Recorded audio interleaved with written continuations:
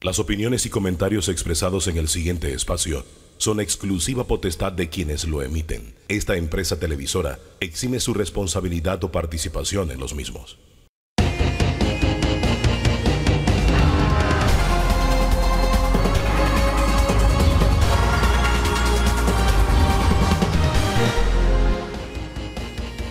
¿Qué tal? ¿Qué tal? Muy pero muy buen día. Bienvenido, bienvenida a Debate Abierto, este encuentro dominical que tenemos con el análisis, la opinión, las primicias, las diferentes corrientes de pensamiento. Esta es la agenda que le proponemos hoy. ¿Qué visión tiene el expresidente Martín Torrijos del momento que atraviesa el país? Tendremos una entrevista en exclusiva con él. El fenómeno de los independientes, ahora con el ingrediente de miembros de partidos políticos, algunos que renuncian, otros de partidos políticos fallidos, pero en fin, de partidos políticos tradicionales. Ese fenómeno lo analizaremos con Ernesto Cedeño y Ana Matilde Gómez. ¿Bajar el precio de los medicamentos es posible? Lo estaremos conversando con Lucas Verbolowski de la Asociación de Representantes y Distribuidores de Productos Farmacéuticos y Emma Pinzón de la Federación Nacional de Asociaciones de Pacientes con Enfermedades Críticas, Crónicas y Degenerativas. El arroz nuestro regulado de cada día, y por qué no, el pan nuestro de cada día regulado también, porque está la michita regulada, por ponerle un ejemplo. ¿Cómo ha transcurrido esta semana con estas medidas? Carlos Roñoni, viceministro de Desarrollo Agropecuario, y Felipe Argote, economista, estarán con nosotros. Y esto suena como agua y aceite, contención de gasto, pero presupuesto que aumenta. Vamos a analizarlo con Rolando Gordón, exdecano de la Facultad de Economía, y Carlos González, director de presupuesto del MEF. Don Danilo Toro, muy buen día. Esta es la agenda, ¿qué le parece? Bueno, 4 platos servidos. Sí. Comida, medicina, plata y política. Y política. Comencemos hablando de política con el presidente Martín Torrijos. Bienvenido. Gracias, Hugo. Saludos, Danilo. ¿Qué diagnóstico tiene usted del país en este momento? El país vive un momento sin duda muy complejo, un momento donde los problemas de arrastre, los problemas de profundo se mezclan con circunstancias de la actualidad que han hecho que la vida de los panameños se le ponga más difícil de lo que ya venía, ¿no? El aumento del combustible, bueno, parte del menú que tienen hoy, medicamentos, alimentos, y creo que dentro de eso estas viejas falencias hoy toman mayor relieve. Entonces creo que es el momento de entender lo que pasa en la actualidad, las necesidades de muchas familias panameñas, y luego también entender de que para poder solucionar esas necesidades necesitamos llegar a algún grado de entendimiento entre los panameños que cada día se ve más distante. Esa sintonía o entendimiento de los panameños será posible en la mesa de diálogo tal como se está desarrollando hasta ahora. No, yo entendería que esta mesa tiene una vida corta, obedeció en un momento dado a las circunstancias claras de que teníamos un país trancado, falta abastecimiento, reclamos justos, por supuesto. De eso nadie lo duda, pero esta mesa cumple un cometido y comienzan otros espacios. Ahora, ¿cómo se dan esos espacios? Además, ¿cómo se dan esos espacios para no entender de que esta es una mesa que obedece a resolver lo inmediato de una crisis? Sino, no, creemos un mecanismo para que pueda ser un tema más permanente y perdurable en el tiempo. Tal vez una nueva concertación 2.0, una concertación que tenga la capacidad de que 2 o 3 veces al año nos sentemos y en lo que estamos de acuerdo sea vinculante. No hay que esperar crear una crisis o tener una crisis para que nos podamos poner de acuerdo en necesidades que reclaman la sociedad en este momento.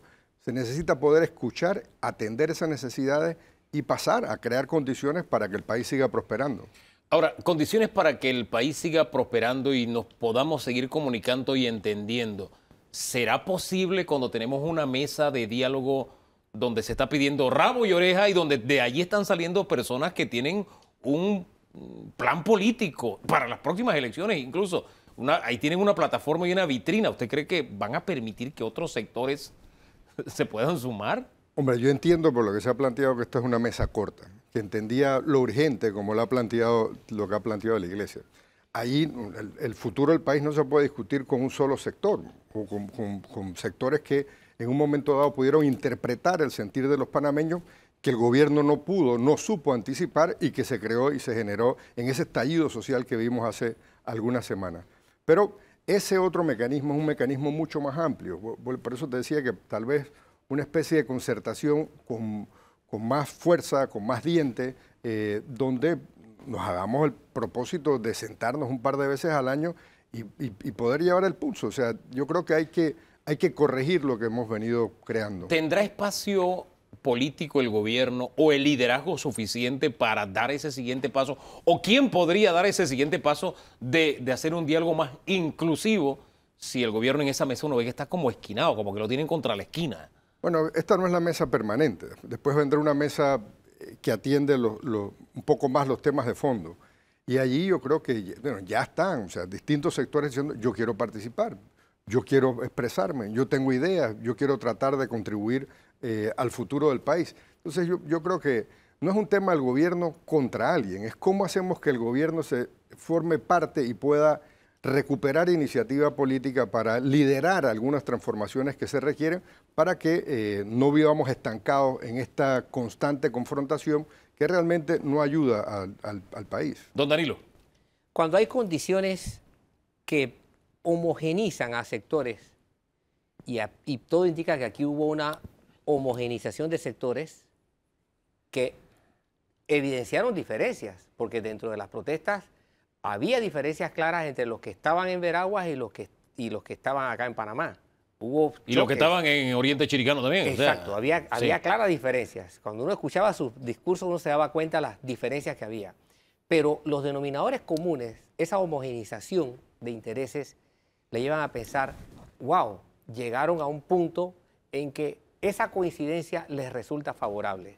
¿Por qué ha habido tanta, yo no diría demora, tanta incapacidad de poder movilizar fuerzas que representen otro planteamiento? ¿Por qué se tuvo que recurrir fuerza contra fuerza? Porque, por ejemplo, los transportistas dijeron, o los productores dijeron, si esto no se resuelve, nosotros vamos a acciones de fuerza también. No veo actores políticos en el escenario, no veo al PRD, el gobierno luce esquinado, no veo actores políticos entendiendo el alcance de lo que está ocurriendo. ¿Usted coincide con esto o ve otro escenario? No, yo coincido contigo. Existe una incapacidad de poder medir lo que ha sucedido. O sea, lo que sucedió es un tema, pero ¿qué causó ese descontento que estalló? No hemos tenido la capacidad. Los partidos políticos han dejado de ser ese mecanismo de transmisión de las inquietudes de las personas. Hay una nueva realidad en el mundo, una nueva realidad económica, social, política en el país, donde los partidos políticos se han quedado atrás. Se han quedado atrás los partidos políticos y el gobierno no ha tenido la capacidad de anticiparse a los problemas y tratar de proponer. Por eso no tengo duda de que se va a abrir otro escenario y que hay que construir otro escenario donde entren distintas fuerzas, distintos componentes del país a expresarse y a trabajar con propósitos comunes. Ahora, ¿qué tenían en común? Sí, siempre hay diferencias de liderazgo de quienes en un momento dado lideran un movimiento de este tipo, pero lo que a todos los unía era la insatisfacción, el disgusto de que efectivamente la plata no les alcanzaba. Y eso fue un denominador común. O sea, después, ¿quién queda liderando estas propuestas? Después entran tal vez intereses, pueden entrar hasta posiciones ideológicas, si fuera el caso. Pero lo común es que llegamos a un momento donde nadie estaba leyendo qué pasaba y nadie pudo anticiparlo. Tal vez, digo, ya después que pasan los hechos, si uno dice, bueno, si se hubieran tomado algunas medidas con el costo del combustible, no hubiera llegado hasta donde llegamos. Ya esa parte no se sabrá, pero lo que sí es la necesidad de crear mecanismos donde la gente participe. Hay que volver a centrar a la gente dentro de la política, no al revés. O sea, no debe seguir ese sentimiento de que a nadie le importa ni nadie me escucha. Bueno, claro, ese sentimiento de desesperanza, de disgusto que se va generando en una sociedad, termina creando estas explosiones. Ahora, hay palabras fuertes que se han utilizado dentro del debate político de este momento. que estamos en el prólogo de un Estado fallido, que estamos en una etapa de desintegración aguda, que tenemos un capitalismo de amiguetes, lo ha dicho un economista de la talla de don Guillermo Chapman, en la otra orilla, que tenemos un Estado neoliberal inmisericorde. Al final no dejan de ser frases duras y apocalípticas de alguna forma. ¿Usted las comparte o usted ve el futuro con esperanza? Mira, yo creo que todas estas frases, donde viene lo que indica es que necesitamos tener la capacidad de transformar lo que hemos construido. O sea, esto no venía bien, o sea, esto no se ha dado como una explosión espontánea sin motivo. O sea, el mal y la fiebre no está en la sábana. La fiebre tiene motivos reales de los cuales atender, que es una gran desigualdad que se ha dado en el país. Ahora, ¿cómo ajustamos la economía? ¿Cómo ajustamos las políticas públicas? ¿Cómo ajustamos la política para que pueda responder a este momento? Es otra cosa. Entonces, todo eso indica la necesidad de comprender y la voluntad de transformar esta realidad para que la gente vuelva a tener esperanza dentro de un ambiente donde exista un mínimo de confianza que hoy no la tenemos. O sea, no se puede seguir en negación, hay que aceptar que estamos en una situación difícil. Claro, y que además las soluciones que vienen no son fáciles y tampoco son automáticas. Ahora, hay que decirlo, o sea, los problemas no se solucionan de la noche a la mañana, ni tampoco los vamos a poder solucionar todos, pero por lo menos pongamos en perspectiva que sí o que no y dejemos a un lado la parte. Hombre, claro que hay estamos en un periodo preelectoral, ya está encima y se está ejecutando, pero ojalá nadie piense que de aquí puede sacar un beneficio político para una candidatura, para convertirse en figura. O sea, esa carta está tirada sobre la mesa. Estamos en un pleito político al mismo nivel que es socioeconómico. Y hay gente de la mesa que ha dicho, yo soy la solución política ya. Sí, pero lo que no puede ser es que los resultados o los planteamientos únicos de la mesa sean con ese propósito. Está bien, yo puedo entender que alguien diga, bueno, yo aquí me convierto en figura o yo aquí hago una propuesta que voy a hacer El Salvador, pero eso no puede determinar las posiciones de los distintos actores de la mesa. O sea, no debe ser la motivación principal, que es lo que ha venido desviando la parte política del país desde hace rato. O sea, las elecciones del 24 han sido motivos de distracción de las políticas públicas y ha sido motivo de distracción del comportamiento de los distintos partidos políticos. Hombre, por supuesto el PRD. A propósito del PRD, ¿dónde ubica usted su partido? ¿Un partido clientelar, populista? Es lo que así lo están definiendo incluso miembros del propio partido, que hay que aceptar que ese es el camino que ha seguido. ¿Usted coincide con él o no? El PRD perdió rumbo, el PRD perdió ideología, el PRD perdió fundamentos básicos que nos ponían en el centro de una ecuación política interesante en el país. Entonces este país no se iba dando bandazos de un lado al otro porque existía un centro que era capaz de interpretar y transformar el sentimiento de los panameños. Es parte de la elección y de las enseñanzas que nos dejara el general Torrijos. Ahora, fuimos perdiendo ese norte y si no lo recuperamos nos va a pasar lo que le han pasado a muchos partidos políticos que comienzan a perder relevancia, se distancian de los sentimientos nacionales, incapaces de generar transformaciones y desaparecen. Y el PRD va camino a eso, pero no solo el PRD. ¿Va camino a desaparecer el PRD? No, bueno, no desaparecer en el sentido de desaparición, o sea, de perder relevancia como está perdiendo la política y todos los partidos políticos, porque no hay ningún partido político que escape de esta realidad. Y ahí es donde, hombre, ojalá podamos recuperar la política. Yo quisiera que recuperáramos un PRD con ideales, con principios, con valores, con las enseñanzas que nos dio el general Torrijos, pero no para tratar de engañar a la gente llegando a una elección en un periodo electoral, porque además eso no tiene cabida, nadie lo cree. Ahora, hay un fundamento aritmético que revela la fragilidad de la situación actual. El PRD llega al poder para el cargo de presidente con el 32% de los votos emitidos. En realidad es mucho menos. Es cerca del 26, 25% de los electores. Es una fracción muy poca para gobernar en condiciones ideales. En estas condiciones, en las actuales condiciones, todavía eso se hace mucho más pequeño. ¿Por qué no hay una apertura que le permita dar cobertura y estabilidad al centro de poder que teóricamente es el Ejecutivo? Mira, yo creo que ese hecho, pues, de haber ganado con poco margen, de tener una sociedad fraccionada, tal vez no se leyó bien al principio. Incluso debió dar pie, si lo hubiéramos analizado, y confieso que yo no lo vi en su momento, de la necesidad de ser mucho más amplio en la conformación de un gobierno, porque efectivamente, dadas esas condiciones y la incapacidad de sumar voluntades, nos haya ido aislando. Entonces, este país y la parte política está compuesta de muchos fragmentos que no se comunican entre sí y con lo cual se siguen alejando de la realidad nacional. Entonces, sí, yo creo que este es el momento, por eso te decía que tendríamos que buscar un diálogo permanente, vinculante, un esfuerzo para recuperar confianza, credibilidad, legitimidad. O sea, pero dentro de un todo que se ha perdido. ¿Cómo evalúa usted la gestión del señor Laurentino Cortizo? Mira, todos tenemos un nivel de responsabilidad con lo que ha venido pasando. No tengo duda que el manejo de la pandemia fue muy bueno.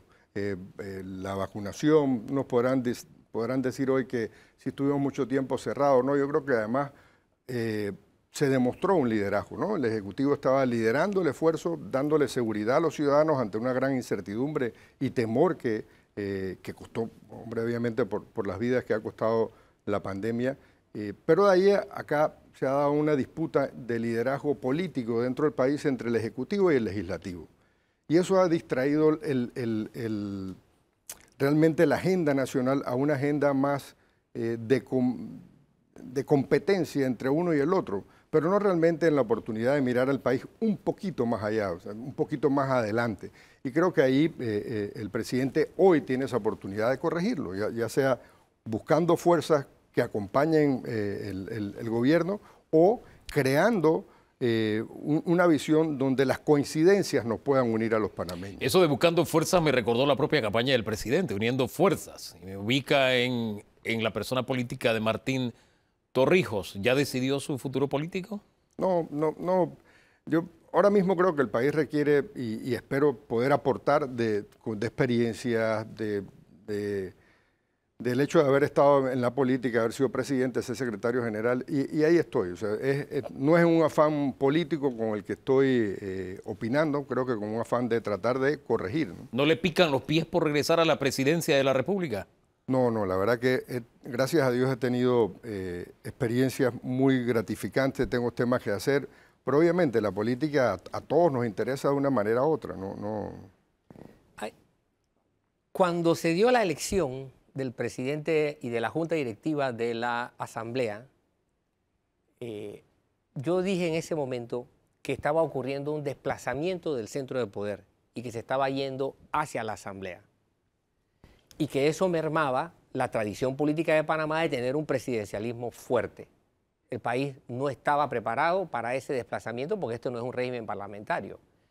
¿Cómo resolver el problema de esos cacicazgos, por ponerle un nombre, que está demostrando tener la Asamblea y que parece imponérsele a la agenda del Ejecutivo? ¿Cómo resolver eso? Recuperando una agenda nacional. O sea, a ver, si uno establece cuáles son las prioridades del país y uno sobre esas prioridades establece esa agenda, y la agenda es, bueno, este año vamos a ver, qué sé yo, el tema de la minería, vamos a ver el tema de la recuperación económica. Ahora, discutamos sobre estos temas, pero no puede ser que en el medio de un debate salgan 16, no propuestas sobre el debate, 16 temas distintos. Entonces nadie sabe por dónde va la tabla en el país. Yo creo que hay que recuperar una agenda de país. El centro, disculpe, ¿el centro de poder está en la 5 de mayo o está en el Palacio de las Garzas? Hombre, hay una dualidad y una competencia de liderazgo que realmente ha desdibujado la política.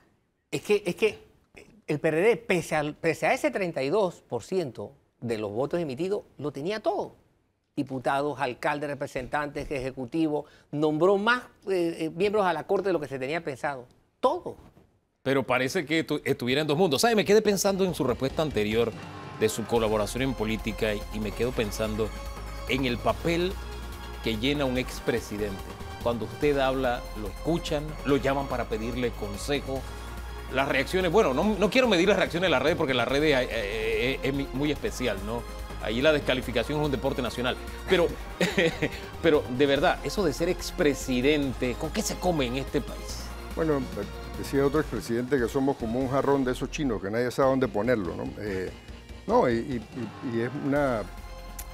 Creo que hay experiencia en los expresidentes que se pueden aportar. No sé, yo he participado más en eventos fuera del país y ayudado a otros países más que muchas veces he tenido la oportunidad de hacerlo en este.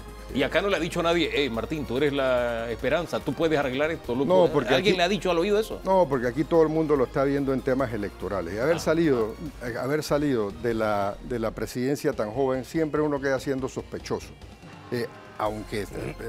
Pero bueno, yo he puesto a disposición del país y del presidente de la República la experiencia en este momento para contribuir. ¿Y en este caso hay sospechas fundamentadas o no?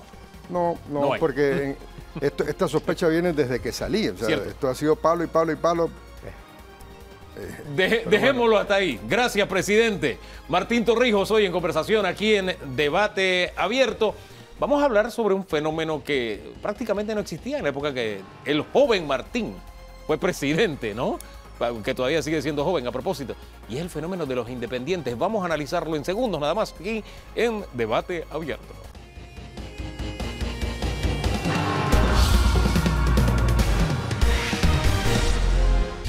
Vamos al aire, sí. Analizamos el fenómeno independiente. Están con nosotros Ana Matilde Gómez, precandidata a diputada independiente, circuito 8-3. Anterior 8-7. Anterior 8-7. Eso San es Felipe, Chorrillo, Santana, Caledonia, Curundú, Bellavista, Betania, Pueblo Nuevo y Ancón. Este es un anuncio político no pagado. Y a usted le vamos a tener también la misma consideración, porque usted es don Ernesto Cedeño, precandidato a diputado por el circuito 8-4. Los corregimientos de... Bendiciones, Panamá, en Dios hay esperanza. 8-4, otra hora 8-8 y vamos por Don Bosco, Juan Díaz, Parque Lefebvre, Reabajo y San Francisco. No tantos números, pero ahí está. Pero la población 161.150 es un mundo. Es un mundo, de verdad que sí. Y es un mundo de candidatos independientes en su circuito. Son 72 en total. Ahí vamos a decirlos a nivel global, nacional.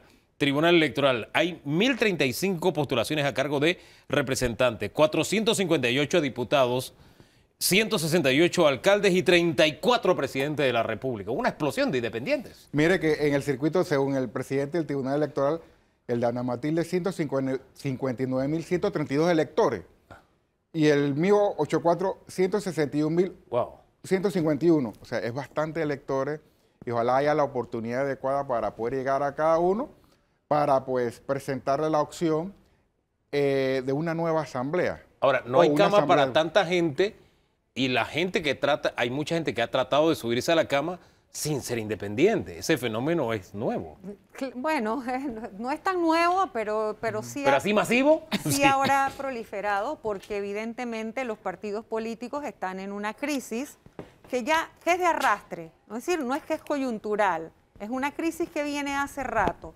Sin embargo, tal vez ahora están en un punto de inflexión porque los ciudadanos son los que están cambiando su visión respecto a que incluso inscritos dentro de partidos políticos están cuestionando a sus dirigencias. Ahora, te dice que los partidos políticos están en crisis, pero ya los independientes no son más. Antes los independientes eran más que los inscritos en partidos. Es correcto. Ha crecido la membresía del partido político. Pero tal como comentábamos hace un rato, es un fenómeno que obedece primero a esta distorsión o a esta patología cultural electoral que hay en Panamá que tiene que ver con el clientelismo. Y por el otro lado, mucha gente que se ve obligada a conservar su trabajo inscribiéndose en un partido. Y otras que lo hacen con la esperanza de que, como decía el licenciado Toro, tengan movilidad laboral. O sea, la posibilidad de la colocación de un empleo, porque los partidos políticos han ido perdiendo sus propósitos más solidarios, legítimos y sanos, y cada vez se han convertido en maquinarias o cascarones mercantilizados y electoreros, en el sentido de que todo el que entra allí está esperando que algo va a resolver, porque eso es lo que salen los miembros de partido a decirle a la gente para inscribirlo. ¿Y sabe cuál es mi preocupación? A ver. que con esta mutación perversa que está habiendo de personas de partidos políticos que están utilizando el mecanismo de la libre postulación, traigan sus prácticas perversas y clientelares al sistema de la libre postulación, que ya algunos la han practicado, pero eran los menos. Pero al venir los miembros de partido, vengan con sus prácticas ya al sistema de libre postulación. ¿Usted coincide con ese calificativo de mutación perversa y tiene también los mismos temores, señor Cedeño? Bueno, yo creo que el magistrado José Ayub Prado tiene la opción ahorita mismo de hacer patria. Él tiene la demanda de constitucionalidad que yo presenté por la posibilidad que permite el Código Electoral a personas inscritas en partidos políticos antes de ser vencido en una primaria puedan transitar por la vía de la libre postulación, que filosóficamente debiese entender, de acuerdo al artículo 138 de la Carta Magna, que ha sido dispuesta para las personas independientes que no pertenecen a partido político. Y claro, hay personas que uno puede decir, ¿por qué transitan a la libre postulación? Hoy yo te puedo decir una hipótesis, que ahorita mismo hay mácula en algunos partidos políticos y colectivos y están viendo la oportunidad de transitar o de correr por la libre postulación, otro por conflicto con la cúpula, pero si usted pertenece a un partido político, entonces haga su batalla interna en el partido político y si bien nada te impide que renuncie, ¿cómo tú vas a osar, militando en un partido político, pues que amas con toda la fuerza de su corazón, según fuera el caso, vas a tratar de minar la libre postulación, que el Código Electoral solamente permite 3 posibilidades en libre postulación?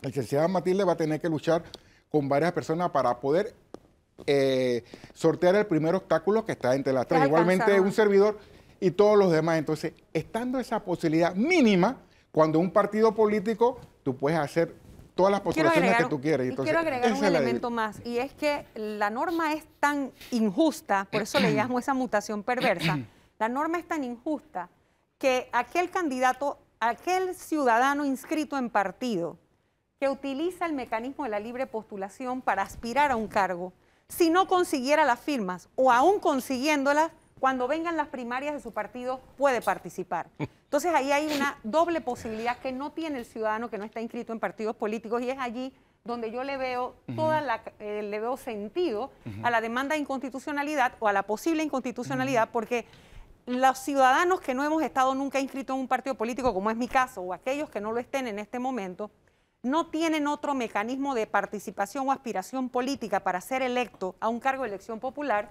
que no sea la libre postulación. Hombre, le dan más vida que un gato. Don Danilo. Hagamos algo. Qué ventaja. Hagamos algo, porque queda claro, lo que ustedes han expuesto es que está muy claro. Esto no admite mayor discusión porque es prístino el argumento de ustedes. Pero yo les quiero voltear la hoja.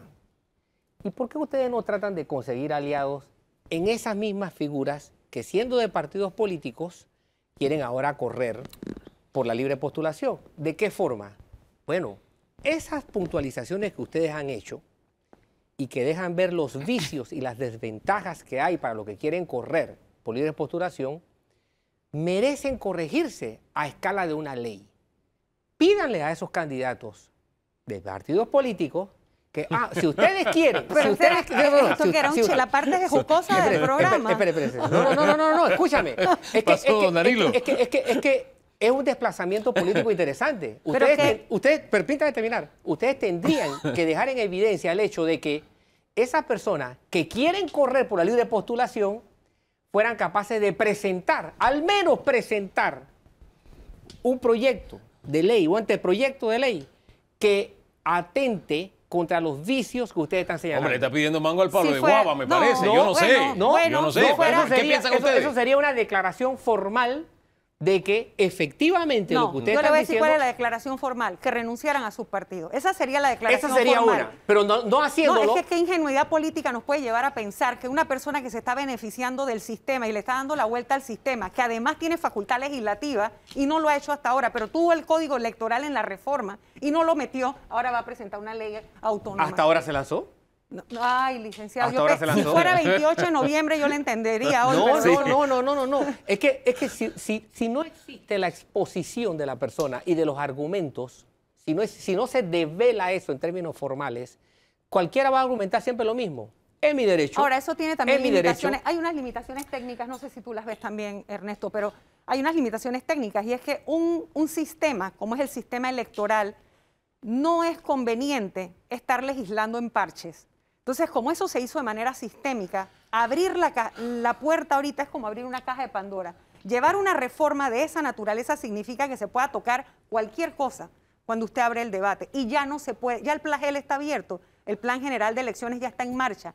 Nada que se debata ahora, es que lo van a bloquear. No hay sentido debatir ahora para unas reglas que ya están corriendo. Además no se van a exponer ellos mismos, ¿no? No sé, me parece. Lo cierto es que para la próxima reforma del Código Electoral... Pero podría quedar como un reto hacia el futuro, sí, eso sí. Para el futuro se debe, yendo en la misma línea de Ana Matilde, para mí no es suficiente renunciar un día antes de la presentación de una postulación por libre postulación. Claro. Yo me inclinaría por esa misma limitación que existe para los funcionarios que quieran aspirar, esa misma debe existir para aquellas personas que militen en un partido político y deseen correr por la libre postulación. Yo como mínimo 6 meses, yo sé que hay personas que tienen otra visión y quieren 5 años, 10 años.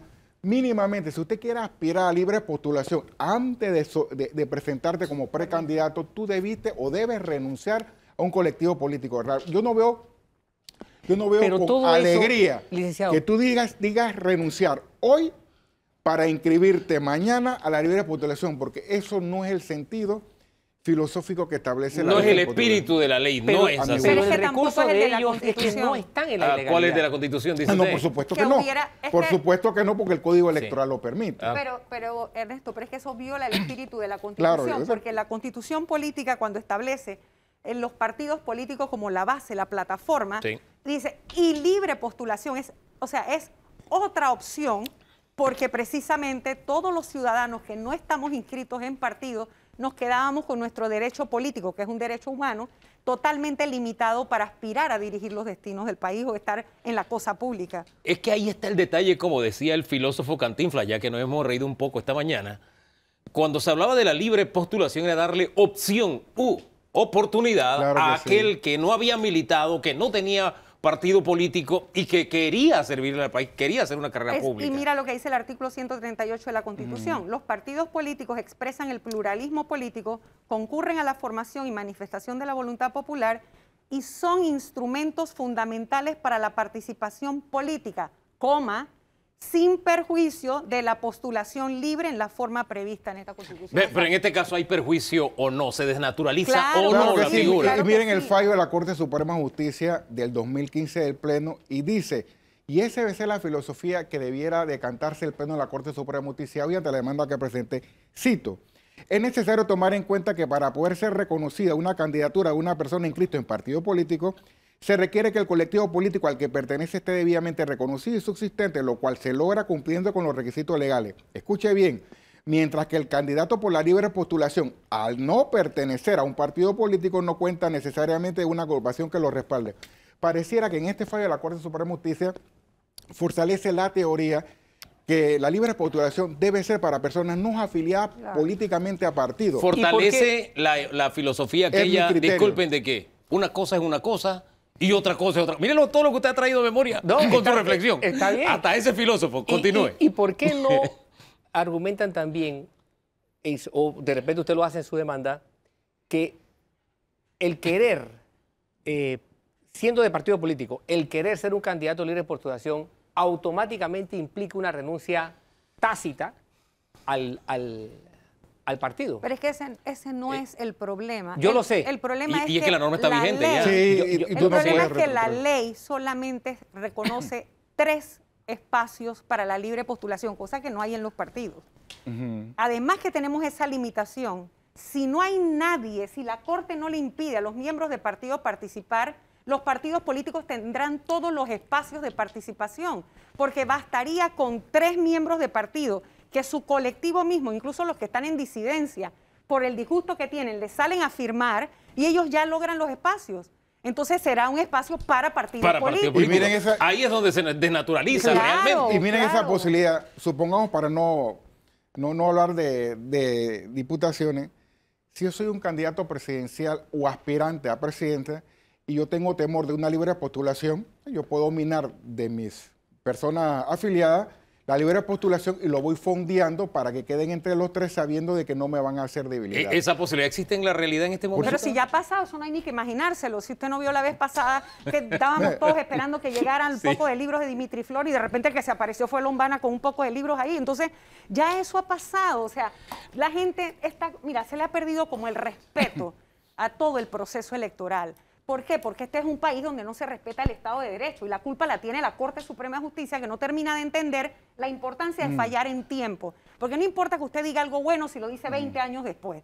Entonces tienen que aprender a fallar oportunamente para que este país empiece a respetar el Estado de legalidad. ¿Para qué escribimos leyes si la gente no las va a cumplir? Ahora bien, a mí no me gustan las generalizaciones y lo que acaba de recordar de las firmas de los independientes me ubica en un escenario. A mí no me gusta decir... Luego que los partidos son y son, porque en los partidos hay políticos serios y buenos. Me consta gente eso, buena. Y entre los independientes también también no se lo da el es. mismo fenómeno. Es más, No todos somos buenos. En la actual, no, somos imperfectos todos, Claro, tenemos sí. defectos y Pero es que virtudes. además esto no es un juicio de valor, Sí. esto es un juicio legal que Sí. estamos haciendo, un Sí. análisis de las normas Sí. y su deformación. Sí, pero más allá de eso, el punto al que quiero ir es el siguiente. El fenómeno que se dio en la actual bancada independiente. Había un diputado que tenía toda su familia nombrada. Y los independientes lo tuvieron ahí de aliado y denunciaron. El hecho fue cuando el señor salió de su fila. Entonces esto de los vicios políticos no es es el punto al que quiero No, ir. pero acuérdese No es una también- propiedad pero- de los políticos de partido. Hugo, Son pero bueno, herramientas ustedes- que usan políticos en pero general. hemos emigrado de las deformaciones legales a las conductas individuales. Y Ajá. eso es otra cosa. Además que en la asamblea uno no sabe quién tiene nombrado a quién porque la gente no está allí. Usted pregúntese si todos los parientes de Bejarano estaban allí en el... No, ¿cómo lo van a saber los demás? Eso nadie lo sabe. Si precisamente parte de la gran deformación institucional que tiene la Asamblea es que los nombramientos son para personas que están fuera de la Asamblea. De ahí la importancia Oiga, fuera o que dentro el de la Contralor familia. General Y se de veía la- como en los ojos Sí, hasta que sí, el hombre pero- salió de la fila. Pero esa planilla no había sido Sí. publicada. Si es público, yo no... A ver, lo que quiero decir es que no necesariamente tenían que conocerlo. Creo que si se publica la de los Ábregos, la de los Bejaranos, lo de todo, y si está mal la de uno, está mal la de Claro, todos. y es lo que ellos han dicho, Ve, es lo que ellos han dicho. sí. Pero después que salió de la fila. Mientras estaba en la fila, pues estaba bien. La dualidad de estar en un partido político y lanzarse por una libre postulación es en sí, en el fondo, una contradicción terrible. Y es O sea, contra natura, va en exacto. contra, a mi juicio, de la filosofía de la Constitución. Efectivamente. Pero Una, bueno, demanda constitucional debería dejarlo claro. Pero en el fondo, con lo que ustedes plantean, en el fondo sigue siendo un cuestionamiento a la vulnerabilidad del sistema ante el clientelismo. Claro. Sí. El problema es, bueno, ¿cuándo vamos a llegar al fondo? ¿O cómo vamos a llegar al fondo? Porque todavía no llegamos a ese fondo. Porque quien tenga la herramienta de poder ejercitarse en el clientelismo llevará la ventaja siempre. Por supuesto, y tú lo ves con el financiamiento de los partidos políticos, que es un petit comité. ¿Cuánto es dinero que se maneja en cada partido político y cómo lo hace? Es un informe que será el Tribunal Electoral. Pero lo importante es la decisión que va a tomar el elector y ojalá nos pueda apoyar con esto de las planillas de todos los diputados que están y los que vienen, porque pueden ser mejores o no tan mejores que los anteriores, que el Contralor General de la República haga su papel. Él tiene, señor Contralor, que nos está viendo y nos está escuchando, él tiene una solicitud que le pidió la Fiscal General de Cuentas, ruego mío, que auditara las planillas de la Asamblea Nacional de Diputados. Porque no puede ser que ahora descubrimos que está toda la parentela de un diputado, o bueno, corrido, no toda la parentela, sino apellidos similares, porque yo no te puedo, tampoco, hay cedeños que me están apoyando a mí y no son familia mía. Pero son cedeños. Pero son cedeños. Y yo digo, todos los cedeños son buena gente, pero no todos son... No, yo también veo un poco de Gómez a veces. Y no necesariamente. No son De mi ahí la familia. importancia del señor Contralor, porque claro, los diputados establecieron en la ley de la República de Presupuesto, palabra más, palabra menos, que los circuitos son extensiones de los nombramientos de la Asamblea Nacional de Diputados. Eso está en la ley de presupuesto. Y lo que necesitamos es un Contralor ágil que haga auditoría en los puestos de trabajo, porque un día dijo Juan Diego Vázquez que él no ve en ese hemiciclo a todos los nombrados. Y eso debiera ser un insumo, no para defender lo que hace la administración, señor Contralor, sino un insumo para investigar si se está administrando la cosa pública como buen padre de familia. Yo creo que es importante que él realmente haga su trabajo de tal manera y le diga al país, no, ahí no hay botella en la Asamblea, ni en el órgano ejecutivo, ni en el órgano judicial, pero es él con su equipo que debe investigar. Por supuesto, y vamos a salir de duda si están trabajando. Lo de la parentela para mí, claro que es cuestionable. Yo te puedo decir que hay personas que yo veo en noticias, diputados de influencia, que tienen a toda su parentela, no necesariamente en la Asamblea, en puestos clave en la institución, hasta el punto de decir que un diputado domina tales y tales instituciones. Y no solamente es eso, también es que los que son directivos de partidos políticos utilizan los nombramientos en la Asamblea para las huestes que le hacen la campaña o los que sostienen el partido político. Y como usted bien dice, y se lo hemos pedido muchas personas al Contralor desde hace mucho tiempo, pero él dice que es una campaña en su contra, es que vaya y pague en sitio. Ese es un acto de auditoría que se puede hacer, el pago in situ. Se sienta aquí los auditores y dice, ¿quién es usted? Danilo Toro, venga acá, ¿dónde está su puesto? ¿Cuáles son sus funciones? Así ¿Usted es. está o no está en el organigrama? A usted no existe, cambio y fuera, este cheque no se paga.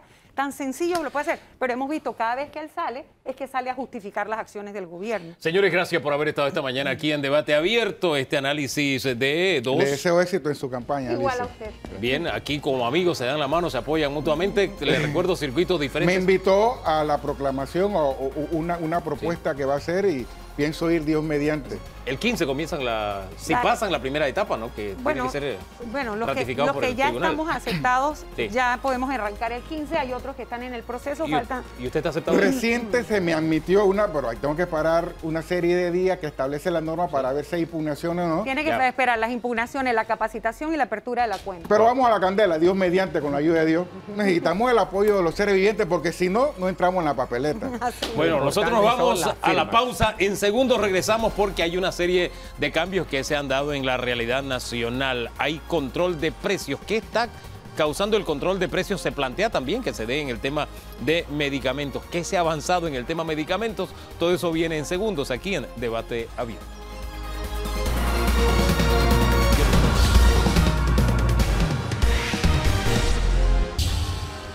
El tema de la baja del precio de los medicamentos, sí, desabastecimiento es un tema que hemos estado abordando, pero quiero que nos concentremos en bajar el precio de los medicamentos a los consumidores en Panamá. ¿Es posible?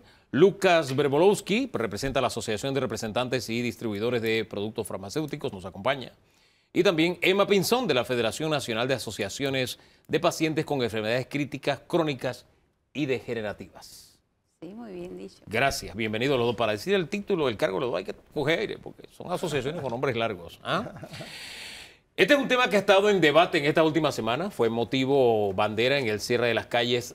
Ha sido tema en la mesa de diálogo. El Ejecutivo está dando pasos supuestamente para que haya abastecimiento, pero yo quiero ir al tema de los precios, ¿verdad? Porque incluso hay personas que somos asegurados y ni usamos el seguro, ni buscamos medicamentos en el seguro. Vamos al sector privado y nos cuesta un riñón prácticamente comprar medicamentos. Ustedes lo viven siempre, ¿no? Esa es la realidad. Bueno, es la realidad cuando está agotado en la caja, porque los pacientes crónicos, ¿Sí? lo tengo que afirmar porque soy un ejemplo de eso, tengo 30 años de tener artritis reumatoide, los cumplo este año, y en estos 30 años a mí no me lo creen, pero yo si acaso he tenido que comprar algún acetaminofén temporal, todas mis medicinas de alta tecnología me la ha dado el seguro. Bien. Se acaba, es cierto, de repente regresa, vuelve y se acaba, vuelve y regresa, pero la he tenido. Hablemos de los precios en Panamá versus el vecindario. No nos vayamos a España ni Exacto. nada. Hablemos de los precios de los medicamentos en Panamá, el balance que tienen ustedes. Exacto, sí, están mucho más caros. Ahora me toca ir a Colombia porque tengo una hija que la trasladaron allá y tengo que decirte que ya nadie te encarga chocolate o que te traiga un paquete de café Valdés. No, no, no. Ahora te encargan medicamentos. Tráeme una cajetita de tal cosa, de lo otro. Y en realidad la diferencia de precio es enorme. Y tengo que decirlo que siendo el mismo fabricante, yo me he encontrado 2 o 3 marcas, nada más, que tienen el mismo precio que Panamá. El resto, la mayoría de las marcas están más baratas en Colombia que acá. Eso es definitivo, pero el sistema de comercialización colombiano es diferente. Vamos a hablar de eso un poco porque incluso Colombia optó por un control de precios desde hace unos 4 años, revisado anualmente, ¿no? Pero quiero extraer una cifra que salió en la mesa de diálogo porque allí los malos de la película han quedado siendo ustedes. 75% del negocio queda en manos de los importadores, representantes de las farmacéuticas en Panamá. ¿Es así?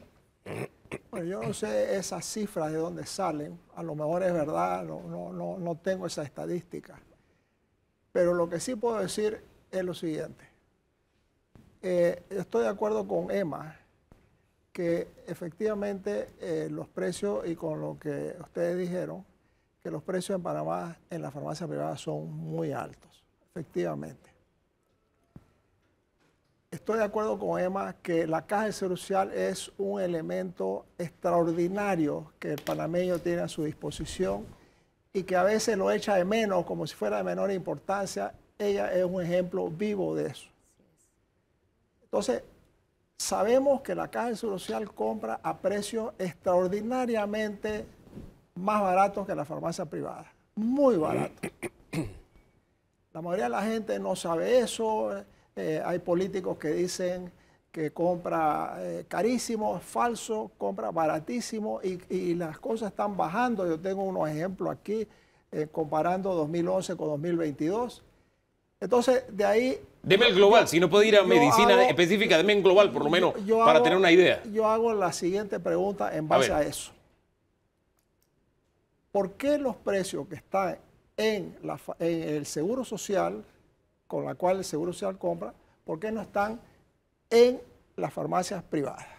En base a eso, nosotros hacemos una estructura de cómo arreglar para que eso suceda. ¿Las farmacéuticas le vienen al mismo precio al seguro que a la farmacia privada? Pero no, acordémonos de una cosa. Lo que se llaman las farmacéuticas, hay una confusión ahí. Panamá es el único país del mundo donde al distribuidor le dicen la farmacéutica. Falso. Pero que la representa, ¿no? La farmacéutica es la gran compañía farmacéutica, pero la mayoría de las rebajas se deben a que entran genéricos al país, que entran genéricos que compiten. La farmacéutica es el rompehielo que abre el mercado. Y después le siguen los genéricos y van bajando de precio. Aquí yo tengo varios productos. Usted puede ver de 30 centavos a 0.007, de $1.42 a 12 centavos. Entre el de marca y el genérico. No, en que ha venido bajando, bueno, sí, de marca, en 12 y 11 años, eso es lo que ha bajado de forma extraordinaria. Así que lo que hay que hacer es estimular que a Panamá lleguen novedades, innovaciones, ¿no? Para enfermedades como la que tiene Emma, para otras, y después realmente hacer atractivo para que entren los genéricos atrás. Más de un invitado aquí ha puesto sobre la mesa que esto se soluciona sencillito. Apertura de mercado. Okay, ¿esa es la solución? No, mira, eso de apertura es un eufemismo para decir, ok, que el que vende clavo, el que vende muebles o la farmacia se va a una farmacia de Colombia y trae y lo vende en su farmacia. ¿Cuál es el problema con eso? El grave problema, ¿no? Primero que nada, eso es poco, pero la mayoría de los que van a conseguir lo van a conseguir en jobbers. Gente que en su gran mayoría van a traer falsificaciones al país. ¿Qué pasa cuando hay falsificación? Eso sucedió en Perú hace 15 años. Llegan los productos, el abanico de la definición de lo que es falso es un abanico enorme. Puede ser desde mal manejo hasta productos con ingredientes extremadamente dañinos como el dietilenglicol, ¿no? Entonces, en base a eso empieza a hacer efectos secundarios. El fabricante dice, oye, se da cuenta de que hay productos falsos y dice, él no va a decir, no va a anunciar a todo el país, mira, están falsificando el producto. Él va a quedar callado porque él no quiere dañar su marca. Entonces, ¿qué hace el fabricante? Cancela el registro y se va de Panamá. Y nosotros quedamos sin nada. Con las falsificaciones. Ahora, con todo y lo que tenemos de controles en Panamá, falsificaciones hay. Usted camina por la peatonal de la central y venden pastillitas azules casi gratis. Pero ahí tenemos que hilar bien delgado. ¿Apertura de mercado o no? Mira, a mí me parece que si nosotros aplaudimos el sistema colombiano, debemos analizar el sistema colombiano y ver en qué medida nosotros podemos replicarlo en Panamá. El sistema colombiano tiene varias cosas buenas y una de ellas es, por ejemplo, que ellos tienen una fábrica nacional fuerte. No todo se fabrica ahí, pero tienen buena fábrica, los hacen bastantes independientes y eso sería muy sano que Panamá lo tenga. ¿Por qué razón? Ahora con el COVID quedó en evidencia que el contar con una fábrica de medicamentos locales fuerte, con los medicamentos esenciales, es muy bueno porque cerraron muchos mercados y nosotros que todo lo importamos. Ahora, ese es uno, tienen una fábrica fuerte. Por otro lado, vamos paso por paso. Una fábrica fuerte. ¿Es el paso correcto? Bueno, yo he encantado que se fabrique en Panamá. El problema no es ese. Omar Torrijos pensó en eso hace 40 años y de ahí salió lo que hoy es Medipan, ¿no? Es decir, estamos hablando de una cosa, pero no tiene la capacidad de competir con productos de la India, con productos de otros países, por el volumen que es Panamá. Es un tema de mercado y de volumen. Esa es la primera. A los pacientes no les gustan los productos de la India. Bueno, la mayoría, son los que han bajado mira, los yo me precios. muevo, sí, lo pueden bajar todo lo que quiera, pero en mi círculo que yo converso sobre el tema del uso de genéricos, te dicen no confío en los genéricos, te lo dicen, las mismas personas que se están quejando de los precios, tú le dices, mira, pero hay un fulano igualito, más barato y no lo quieren. Pero es que hay genéricos y hay genéricos, hay Claro. genéricos bien respaldados. Ahora, Pero antes que siga, Danilo, hay un tema muy importante que la gente se olvida. La Ley 1 introdujo un artículo de avanzada en la época, que era el Estado o las instituciones del Estado solamente pueden comprar un producto innovador, el de referencia, o un producto genérico que sea intercambiable con No el se innovador. cumple, usted lo sabe bien que aquí entra de todo, no se cumple. No, ellos han dividido Y aquí en lo han 3 eliminado, ahora es categorías. peor. Categoría de alto riesgo, mediano riesgo y bajo riesgo. Todavía no han llegado al bajo riesgo, pero están en los dos primeros. ¿Qué significa eso? Que lo que da el Seguro Social es de primera calidad. Sí, es cierto. Así que... No, en eso Pero en la farmacia privada, estamos en una mesa hablando del precio en la privada. Sí, Bueno, sí, por eso entonces- queremos hablar de precio, porque al final el abastecimiento ya quedó aquí claro, hay en gran medida un abastecimiento, se han tomado medidas, fallan algunos, ese es un ciclo. Sí. Pero el gran problema es que hay una gran cantidad de panameños que no están asegurados, hay otra gran cantidad que no usa el seguro y tiene que comprar la medicina cara. Estábamos explorando el caso Colombia, por ejemplo. Usted puso ya un ejemplo. El tema de la fábrica, se exacto. puso pro y contra. ¿Qué otro elemento? ¿El control El de otro, precios? ese es el tercero que quiero decirle. El otro es el mecanismo de distribución que tiene Colombia. Colombia no tiene el mismo mecanismo de distribución nuestro. Colombia, las farmacias grandes compran a las fábricas, no tienen un intermediario en el camino. Nosotros sí tenemos un intermediario en el camino. ¿Eliminar la figura de intermediario entonces? No se puede eliminar del todo porque quebraría el 90% de las farmacias en Panamá, que son las farmacias chiquitas que están en los barrios, que te venden unitariamente una pastilla, pero es el mismo proceso de 2 cadenas que ya tenemos en Panamá, vendiendo más barato que la distribuidora. Ya Panamá tiene 2 cadenas en Panamá, sí. ¿Y por qué? Porque está negociando con la fábrica. ¿Tenemos que ir en ese camino, en esa dirección? Disculpe. Yo no creo, por un motivo muy sencillo. Es decir, Sí, termine la idea. ok. Básicamente, como vimos en el tema de la vacuna, cuando llegaban las vacunas, llegan a Tocumen, ¿y quién los distribuye al resto del país? Aunque sea la farmacia chiquita, la farmacia va a tener que ir a la fábrica y tiene que tener condiciones específicas. Las condiciones de temperatura y humedad aquí son terribles. Entonces hay que tener la seguridad de cómo el producto llega. Llevar un producto en el baúl del carro, eso es receta para un desastre.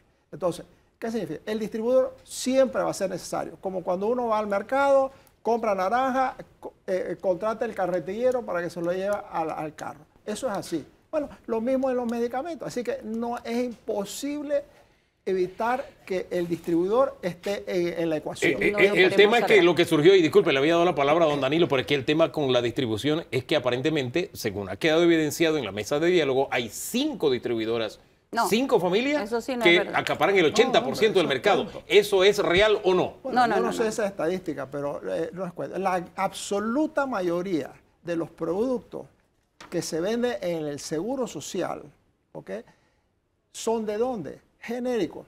¿Cuántos Pero participaron? hablemos del mercado, Pero espérate, porque pero estamos hablando de la ¿cuántos? farmacia y distribuidora en el sector Sí, privado. Pero ¿cuántos distribuidores, representantes participan en la última licitación que hubo? 54. Estamos hablando de 5. Eso de oligopolio, eso es falso de toda falsedad, ¿no? Usted varias veces ha señalado a Colombia. Yo me tomé el trabajo, gracias a que alguien me puso los documentos al alcance, de leer sobre por qué Colombia había llegado a derrumbar su política de medicamentos. Y partieron por lo que usted partió. Y yo no lo veo en Panamá. Estadísticas claras, contundentes, precisas, en serie de tiempo, a lo largo de muchos años. Por ejemplo, ¿cuántos pacientes consumen determinados medicamentos por año? Por ejemplo, ¿cuánto se paga por medicamento, por unidad de medicamento a lo largo de los distintos años? Por ejemplo, los datos de las licitaciones por año, 5, 6. Por ejemplo, ¿con qué frecuencia se consumen o utilizan determinados medicamentos? Esos datos no se obtienen del Estado y no se producen. No hay forma de enfrentarse a ningún proveedor de medicamentos a negociar nada si usted no tiene lo más importante, que es conocimiento. La data. Sí, por supuesto, eso es un problema, pero también te quiero decir que cada vez que tú haces una importación, tú llevas factura para dar el ingreso legal a Panamá. Ya no existe todos los medicamentos que han ingresado y yo sí creo que la Dirección de Aduanas debe tener algún tipo de información sobre eso. Nadie tiene información sobre eso. Pero yo te quiero decir algo. Y aquí es un tema. hasta censos se han pagado. ¿Perdón? Millones de dólares se han pagado hasta en censos de enfermedades. ¿Cuándo fue el censo de enfermedades en Panamá? Eso que dice que se hicieron en la feria, eso no es un censo. Efectivamente, por eso digo, pero se pagó millones de dólares por eso. Nosotros fuimos a la Dirección General de Censo. ¿Cuántos enfermos hay en una determinada enfermedad? Nosotros fuimos a la Dirección General de Censo a pedir que incluyeran el censo que venía. Solo 3 preguntas. ¿En esta casa hay un enfermo crónico? ¿Sí o no?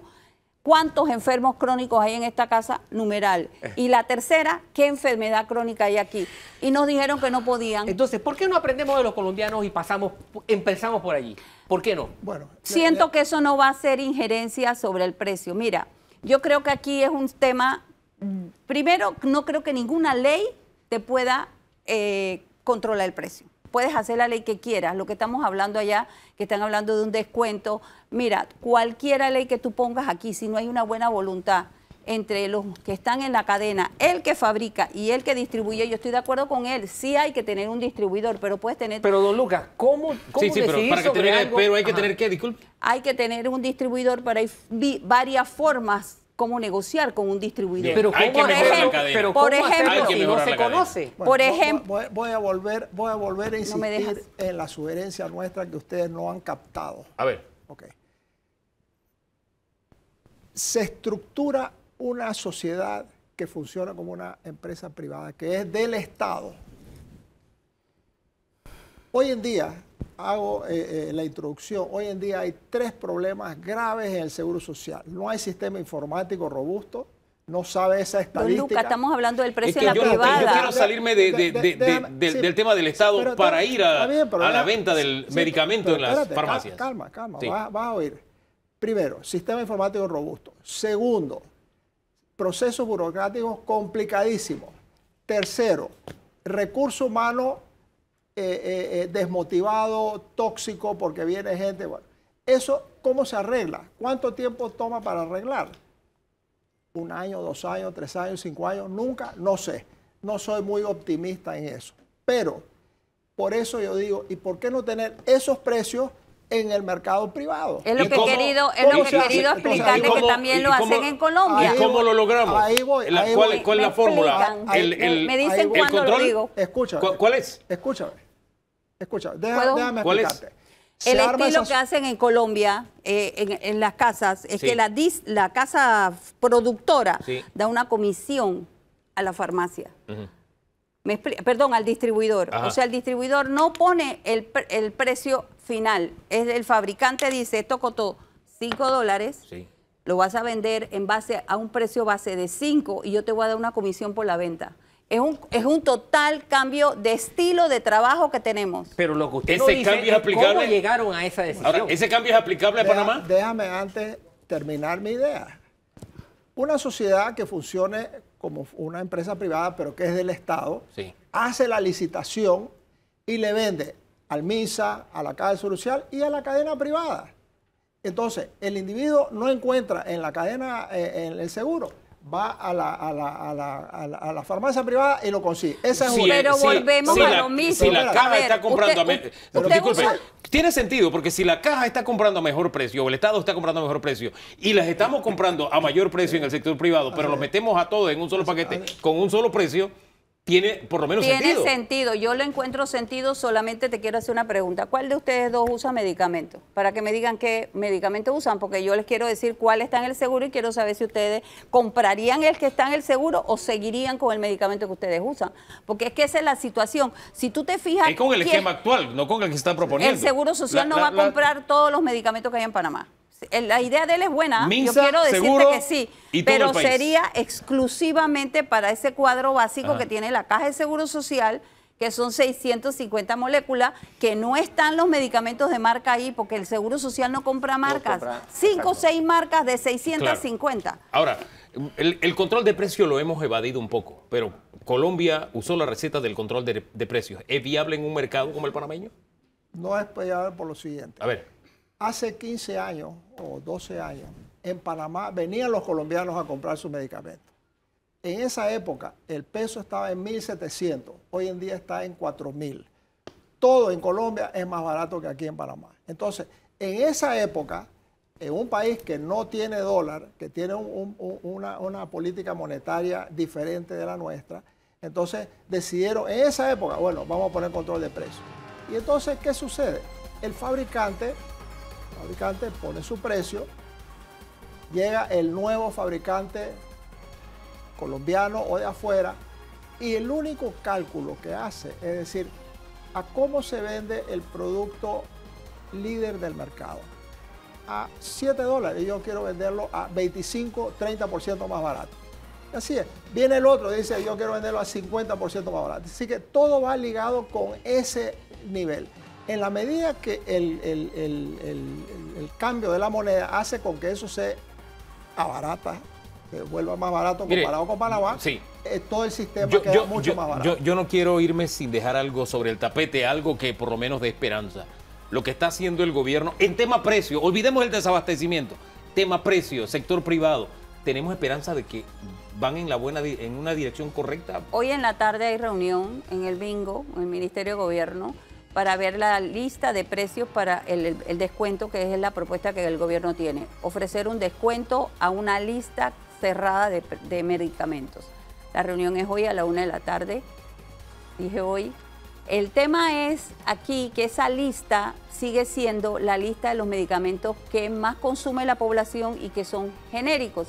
Pero lo que tú ves en las redes no es eso. O sea, ¿cuándo tú has visto en las redes comparando precios de productos genéricos? O sea, que no estamos en sintonía lo que está haciendo el gobierno con lo que está viviendo la población. Yo siento que no va a haber solución. Sí, por favor. Es la idea más descabellada que se le ha podido ocurrir. Ya, dejemos la cosa hasta ahí. Okay. Este es un tema en el que como país tenemos que llegar a algún entendimiento en algún momento. ¿Y tú sabes por qué? Porque la mayoría de los precios que se comparan con Colombia. Ajá. Ese control de precios, ¿cuánto va a bajar? No va a bajar el precio. Por el tema monetario, sí, ya usted lo puso sobre la mesa. Es un tema que hacemos complejo y la solución no lo es tanto. Es sencilla. Se necesita buena voluntad. Y creo que si ponemos algo de buena voluntad, lo logramos. Porque si en otros países se compra el mismo medicamento más barato, puede estar más barato en Panamá. Así de sencillo.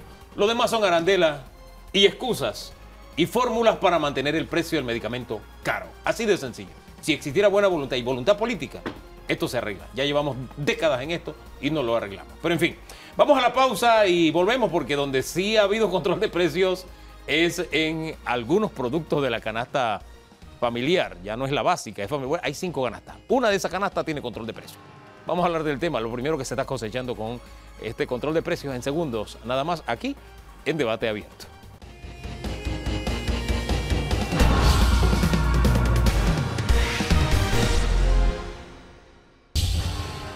Hablemos de control de precios. Es el as bajo la manga con el que se bajó la presión de las protestas que había en las calles. 72 productos están ahora en la canasta básica con diferentes medidas, control de precio, margen de ganancias, etcétera, ¿no? Entonces vamos a hablar los primeros frutos que se están cosechando con estas medidas. Están con nosotros el viceministro de Desarrollo Pecuario, Carlos Rognoni, y el decano de la Facultad de Economía, don Rolando Gordón. Gracias a los dos por estar aquí. Cerramos esta semana con quejas en algunos locales donde no hay arroz de primera, que es el que está controlado, tiene el precio controlado. Cerramos la semana con algunas panaderías que ya no producen el pan bichita porque no les es negocio, y me invade la pregunta, ¿tomamos la decisión correcta? ¿Vamos por el camino correcto? ¿Qué dice usted, señor decano? Bueno, mire, en el caso de control de precios había que ver los productos que fueron, en verdad se les puso control, que no son muchos nuevos, porque muchos vienen desde los tipos de Varela, que se llevaba a 22, después se bajó. Teníamos una lista de 8, se aumentó a 20, ahora son... A 18 se aumentó. Sí. Los productos que están de la canasta básica que están en control de precios. Sí. Eso lo habíamos hecho, el último decreto que se firma es el 13 de julio. Sí. Se incluyen 10 productos adicionales. Entonces hay 18 productos que efectivamente tienen un control de precio. Como dice el doctor Gordón, algunos vienen como el arroz de primera desde la época del gobierno anterior. Luego hay una segunda categoría que son productos importados que le eliminamos el arancel, es decir, el impuesto de importación, y se le pone un margen máximo de precio de venta. ¿Cuál es el propósito de esto? Que al no cobrar el impuesto, queremos que ese ahorro se traduzca al consumidor. Esos productos son 17, que si los sumamos con los 18 que hablamos, son 35 que se van a encontrar en los establecimientos comerciales a lo largo y ancho del país. Entonces, luego viene la tercera categoría, que si quiere hablamos ahora, que son los productos nacionales que están siendo adquiridos por el gobierno y se venden a precio de descuento. Estos productos son comprados a precio de mercado. Es un poquito lo que hicimos con Panamá Solidario. Lo único es que en vez de regalar el producto al final, lo estamos vendiendo a un 25% de descuento. ¿Esta salida es pan para hoy y hambre para mañana, o realmente estamos hablando de una solución permanente para que el consumidor tenga productos a buen precio? Yo tengo entendido que no es una solución permanente, sino que es una solución, lo que yo he escuchado, por unos meses, coyuntural. Lo óptimo es que para que tengamos alimentos más baratos, tiene que aumentar la oferta. Y yo creo que el esfuerzo que hay que hacer, no solamente en el control de precios, sino que si nosotros tenemos que tener mayor competitividad, tenemos que producir más. Entonces, lo que hay que hacer es, por eso me interesaba el presupuesto, que en el caso de... De presupuesto hablamos en el siguiente segmento. Sí, pero yo lo que le digo es que en el caso agrícola, por ejemplo, si estamos produciendo productos para la venta nacional, el Estado debe preocuparse por ver cómo le da una mayor tecnología, cómo le da semilla, cómo hace que aumente la oferta de productos, porque lo que va a garantizar que el precio de los alimentos baje es una mayor oferta. Podemos poner un control de precios por un tiempo, pero no permanentemente.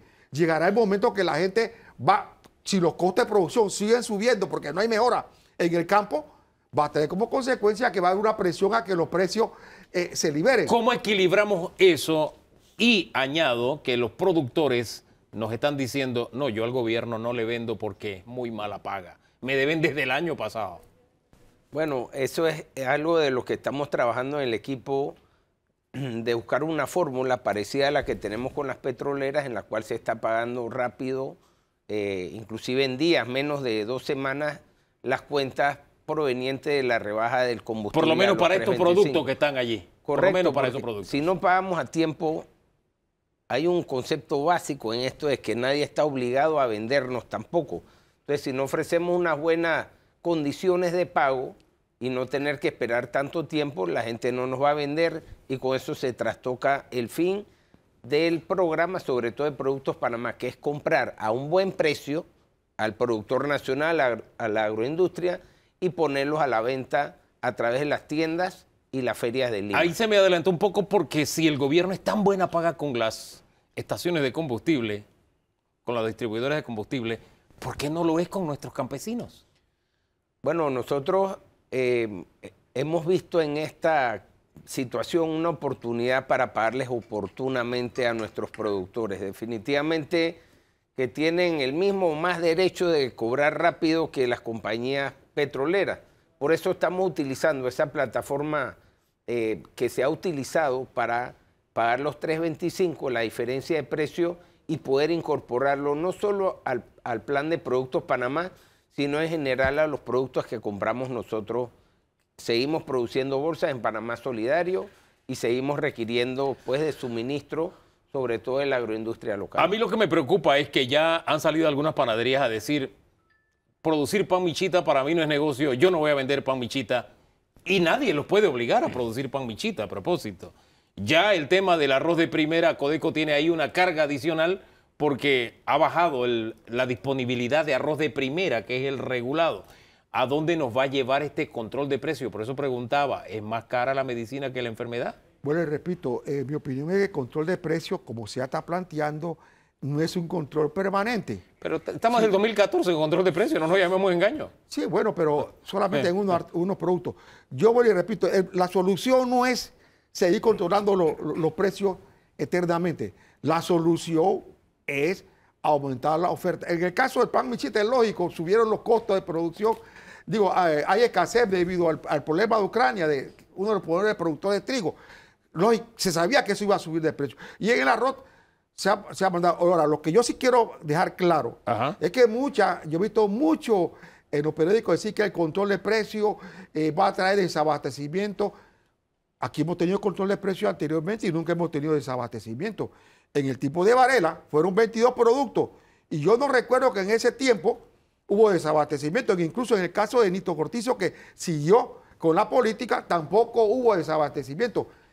Y si nos vamos al pasado, que son otras condiciones, cuando había la oficina de control de precios en Panamá, que estuvo controlando precios, nunca se habló de desabastecimiento. Había, pero decían que era ficticio. Yo me acuerdo de la Oficina de Regulación de Precios. Sí, se decía, pero no hay control de precios de cebolla y había que importar porque el productor nacional dejaba de producir y era un lío. Y tenían que liberarse. Pero había producción nacional y se importaba, pero no había eso que decía la gente, que había un desabastecimiento total. O sea, yo creo que si ese riesgo, ¿no tenemos ese riesgo de desabastecimiento?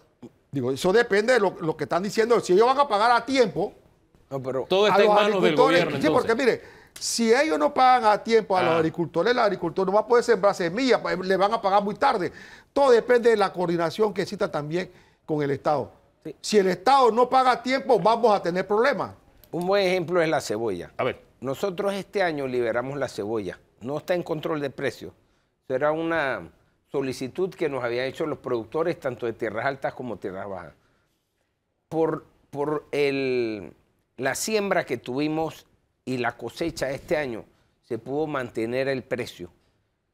No tenemos cebolla en las cantidades, por ejemplo, que necesita el mercado todo el año, y por eso la cadena agroalimentaria de la cebolla de vez en cuando autoriza importaciones de cebolla para poder nivelar la oferta nacional. Sin embargo, este año se reportaron 1.200 hectáreas de cebolla. Cuando llega el presidente Cortizo, habían poco más de 400. Se había desmotivado completamente, producto de la competencia desleal del extranjero. Entonces ahí es donde hay que tener, como dice el profesor Gordón, ese balance. Y para tener un control efectivo, no podemos desincentivar la oferta. A donde no haya oferta, porque el producto, nadie va a vender algo para perder dinero, es donde hay que ir hay que afinar para que se pueda seguir ofreciendo y que sea negocio para los distintos agentes. Uno de los éxitos que el gobierno decía tener era: no hemos importado arroz. Ya este año se está importando arroz y el arroz de primera está regulado. ¿Qué futuro vemos en el tema arroz, que es grano básico de la alimentación del panameño? Nosotros, aclaro, las importaciones de arroz no las ha hecho el gobierno. Distinto a lo que pasaba antes, que Lima se había convertido en uno de los mayores importadores de arroz. Nosotros en la cadena agroalimentaria del arroz se aprobó un contingente extraordinario de 600.000 quintales de arroz en cáscara que lo trae la industria para posteriormente, con eso se complementa la oferta nacional. Dentro de todas las dificultades que está teniendo el país, este año estamos reportando casi 2.000 hectáreas más que el año pasado sembradas. ¿Tenemos el arroz asegurado entonces? Tenemos arroz, y con el colchón que está llegando en estos días se disipa cualquier duda. ¿Incluso el arroz de primera, que es el regulado? Bueno, el arroz de primera, ahí tenemos que hacer un trabajo con Acodeco, porque hay mayor margen en el arroz especial y muchas veces vemos que no colocan tanto arroz de primera como especial. El arroz de primera cuesta 40 centavos la libra, ese es el precio regulado, y para poder mantenerlo en ese precio al consumidor, todos nosotros hacemos un gran esfuerzo pagando la diferencia a los productores. Ya incluso en el mercado se estaba vendiendo limitado, es decir, solamente te vendo 2 paquetes de arroz de primera porque precisamente está regulado. Bueno, nosotros hemos estado haciendo encuestas con Acodeco y la gente nuestra del MIDA todas las semanas para ver el inventario de arroz. Hay suficiente arroz en el país y ahora se complementa con los quintales que tienen que estar arribando y siendo descargados a más tardar el 10 de agosto. Se dio una pequeña prórroga para que llegara Danilo. el arroz. 2 preguntitas. Panamá ha estado interesado en renegociar el TPC con Estados Unidos. ¿Con qué cara Panamá va a presentarse a negociar el TPC con Estados Unidos si ha echado mano de los aranceles? O sea, ¿cómo? Si yo fuera la contraparte de Panamá, diría, pero espérate, tú puedes vivir perfectamente con los aranceles bajos si tú recurres a eso. Entonces, me llama la atención. ¿Cuál es el riesgo que tenemos que esa intención de Panamá no vaya por buen camino? Y la segunda pregunta tiene que ver con el hecho de que todo el mundo se siente, se huele que vamos rumbo a una recesión o por lo menos a una deflación. ¿Qué significa eso en términos de los costos que vamos a tener que enfrentar sin un crecimiento económico significativo? Bueno, en el tema de la pregunta del TPC, nosotros escogimos 17 artículos muy puntualmente y por un periodo de 6 meses. Se está haciendo un esfuerzo no cobrando el impuesto y eso no necesariamente viene de Estados Unidos, sino de todo el mundo. Y lo que se busca es trasladar eso, como mencionamos hace unos minutos, en el precio, un mejor precio para el que compra los artículos. Pero hay artículos, por ejemplo, hay desodorantes, jabón, hay cloros, hay ajo que no se produce en Panamá y lo que persigue el gobierno es poder llegar a esa solicitud que tiene la población de una rebaja sustancial en los alimentos. A mí me parece que el TPC tenemos que seguir, el embajador, insistiendo en sentarnos con los Estados Unidos porque los efectos de un comercio al 0% con la economía más importante del mundo, nuestro principal socio comercial, pueden ser devastadores para el sector agropecuario.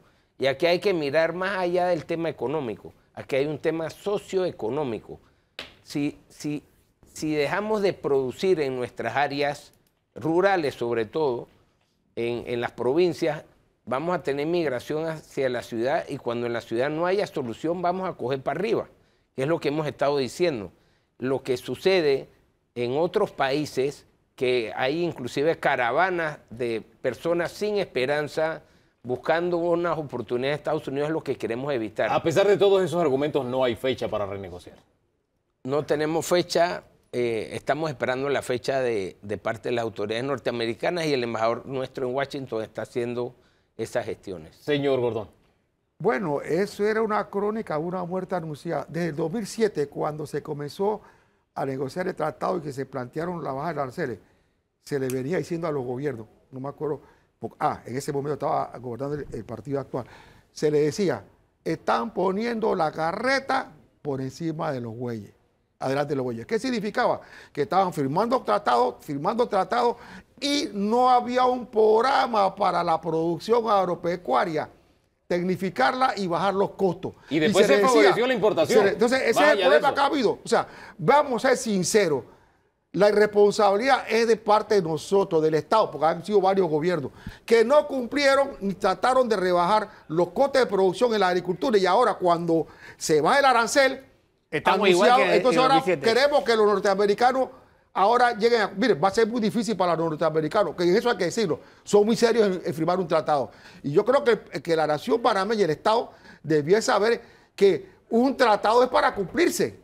Lo que hemos fallado hemos sido nosotros. Nosotros fallamos. Miren, más para el argumento del doctor Gordón. Antes del tratado, Panamá exportaba 300 millones de balboas a Estados Unidos. El año pasado exportamos 100. Entonces, sí se dio un frenesí de negociar por negociar, sin medir las consecuencias.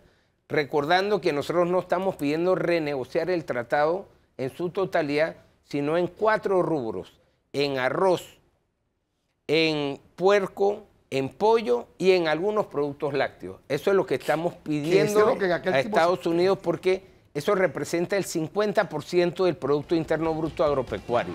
Es lo que hemos puesto en la mesa y hemos recibido una comunicación, pero todavía estamos esperando la cita. Por lo pronto hay buena voluntad, no hay más nada. Mire, hay fecha no hay.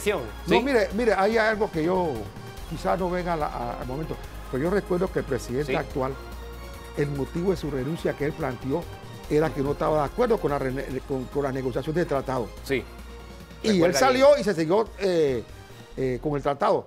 Fue uno de los motivos, quizás una de las pocas cosas que la admiro a Nito como presidente, que la hizo en ese momento. Dejemos eso ahí como una nota al calce porque el tiempo se nos acabó. Usted se queda con nosotros para hablar de presupuesto en segundos nada más aquí en Debate Abierto. El proyecto de presupuesto para el próximo año, ¿qué tan balanceado está? ¿Realmente esta política de contención de gasto encaja dentro de lo que se ha planteado como proyecto de presupuesto para el otro año? ¿Estamos enfocando bien nuestros gastos o son gastos superfluos? Eso y más en segundos nada más aquí en Debate Abierto en el siguiente segmento.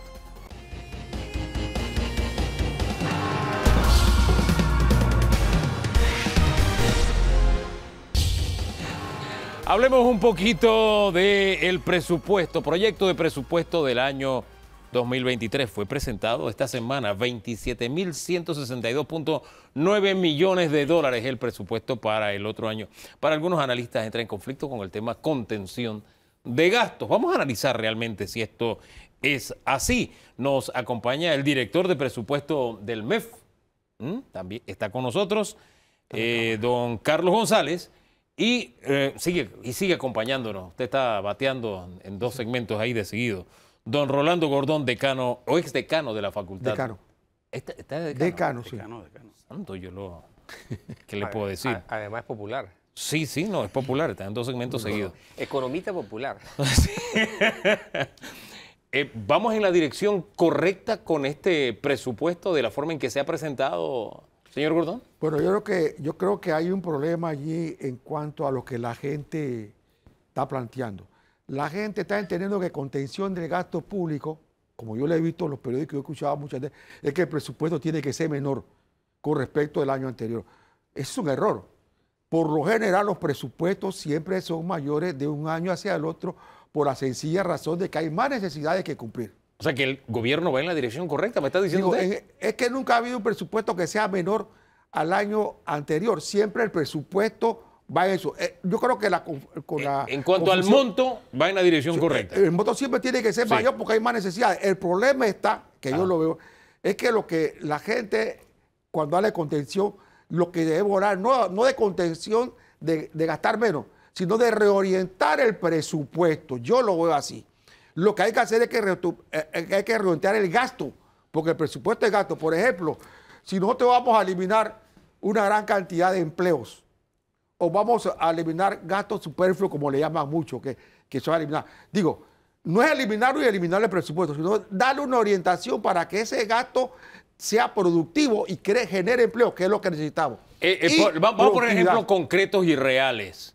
Esta semana el tema de la compra de boquitas, comidas, etcétera, brindis, y eso en la asamblea. Ese dinero, mantengámoslo en el presupuesto, pero usémoslo en otra cosa. Sí, pero ese es un gasto improductivo en boquitas. ¿Por qué tenemos que pagarle la comida a los diputados?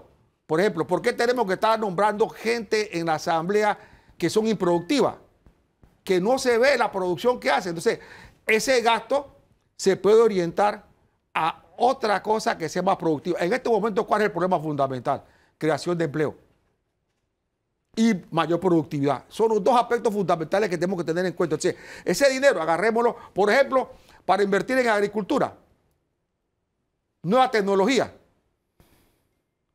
semillas. O sea, veamos cómo podemos hacer un presupuesto donde el gasto que se está haciendo sea productivo y no improductivo, que eso es lo que la gente está criticando.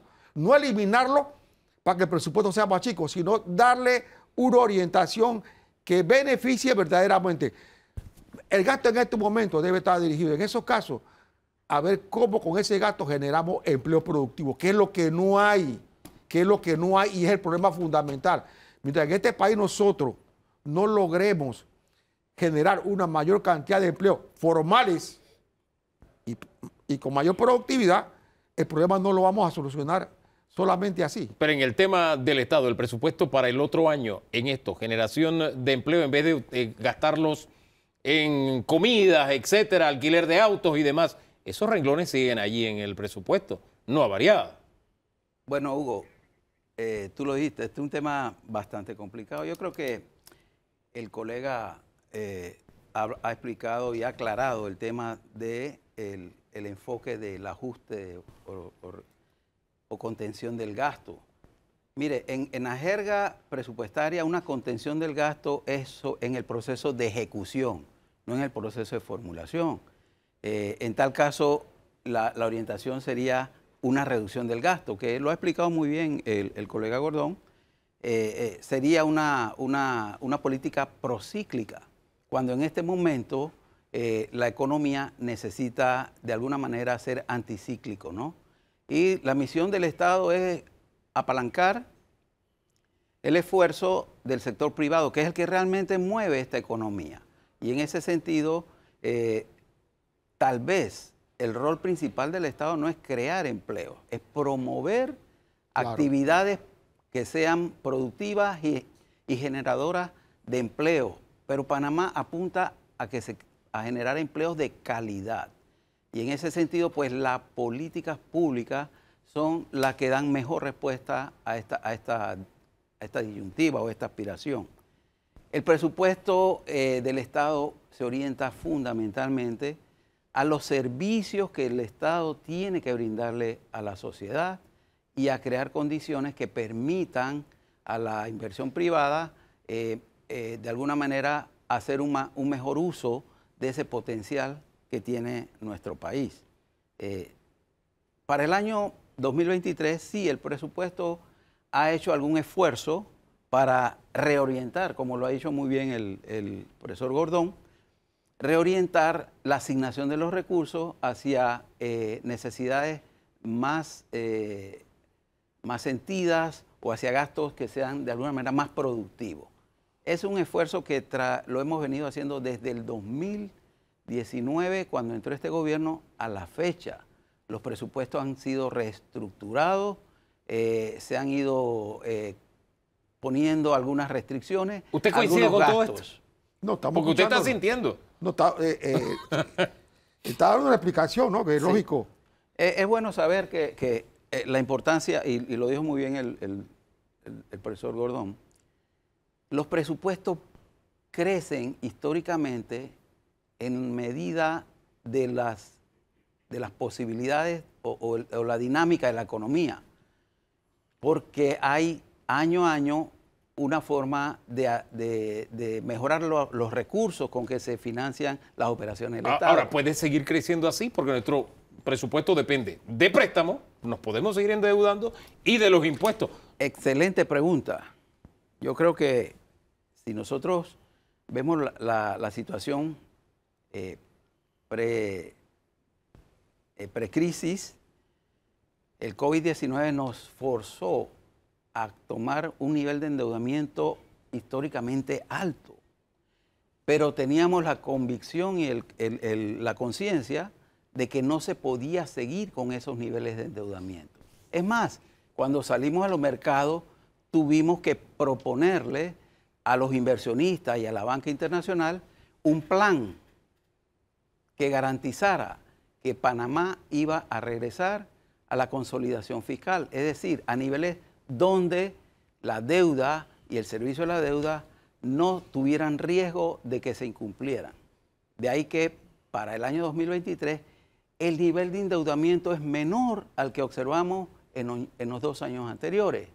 Y estamos cerrando este año con deuda arriba de los 40.000. El 23, ¿en qué nivel de deuda vamos a cerrar? A ver, la deuda en montos absolutos puede crecer. Lo que no puede crecer es a un ritmo que no sea consistente con el tamaño de la economía del país. Bien, ¿en cuánto vamos a cerrar la deuda en el año 2023? ¿En cuánto está contemplado el presupuesto? El 2023, el cierre del año 2022, que es la base, ¿sí?, que pudiera estar cerrando cerca de los 41.500 millones o 42.000, tiene una propuesta de un aumento neto de 4.000 millones. O sea, estaríamos cerrando el año 2023 con 45.000 millones de dólares en deuda. Eso significa que en el año, perdón, estoy hablando del servicio de la deuda. La deuda se estaría financiando en el monto de lo que es el déficit neto del sector público no financiero, y para no equivocarme voy a buscarte el dato, porque esa cifra está en el orden de los... A ver, la tengo aquí. 2.194 millones. Sin embargo, en el 21 esa cifra fueron 4.236. Sí, pero no nos enredemos tanto. Estamos cerrando el año 2022 con 41.500 millones de dólares en deuda.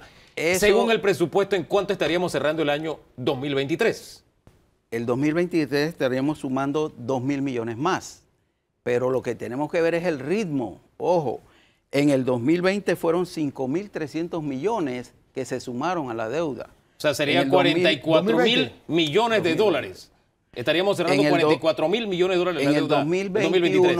En el 2021 fueron 4.200 millones. Sí.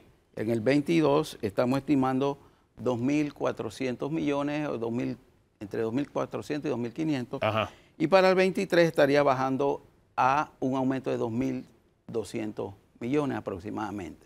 Lo que quisiera es que observemos el ritmo de desaceleración que se tiene en el endeudamiento. O sea, estamos siendo menos dependientes en el presupuesto de la deuda. Sí, bien porque me ha dado todo eso y que vamos decreciendo, pero lo que me está diciendo al final es que cerraremos el 2023, que es la pregunta sencilla, en 43.700 millones de dólares, es decir, con la deuda. Bien, acumulada, con un PIB o un Producto Interno Bruto mayor, con una economía más dinamizada y con ingresos del Estado también mayores. O sea que en términos relativos tenemos que verlo así. Es como una empresa. Las empresas tienen un nivel razonable de endeudamiento y es necesario la deuda para poder apoyar los programas. ¿Es sostenible mantener ese ritmo, señor Gordón? Mire, yo tengo aquí la cifra que tomé de presupuesto. 21, 22, 23. Sí. Lo que es el servicio de la deuda. Pago de amortización más interés. Estamos hablando que en el 2021, según el presupuesto, después quizá varió unos cientos de millones, 4.047. En el 22 fue 4.072. Y estamos hablando para el 2023 de 4.515 millones de deuda. O sea, lo que es el servicio de la deuda. Perdón, servicio de la deuda. Es bueno que aclares porque son dos conceptos diferentes.